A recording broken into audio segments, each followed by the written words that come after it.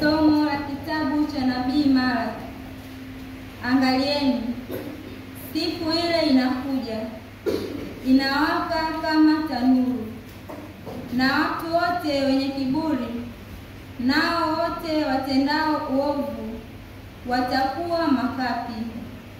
Na siku ile inayokuja itawateketeza, asema Bwana wa majeshi, hata haitawaachia shina wala tawi. Lakini kwenu ninyi mnaolicha jina langu, jina la haki, jua la haki litawazukia, lenye kuponya katika mbawa zake. Neno la Bwana.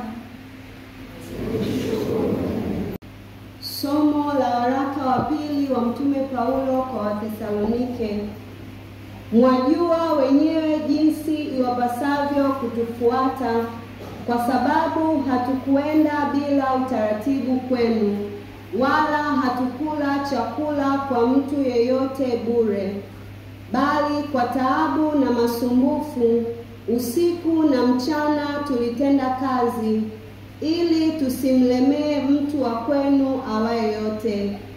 Si kwamba hatuna amri, lakini makusudi tufanye nafsi zetu kuwa kielelezo kwenu mtufuate. Kwa kuwa hata wakati ule tulipokuwapo kwenu, tuliwaagiza neno hili, kwamba ikiwa mtu hataki kufanya kazi, basi asile chakula.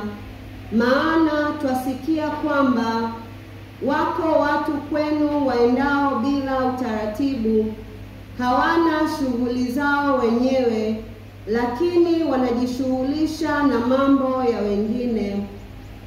Basi twawaagiza hao na kuwaonya katika Bwana Yesu Kristo, watende kazi kwa utulivu na kula chakula chao wenyewe.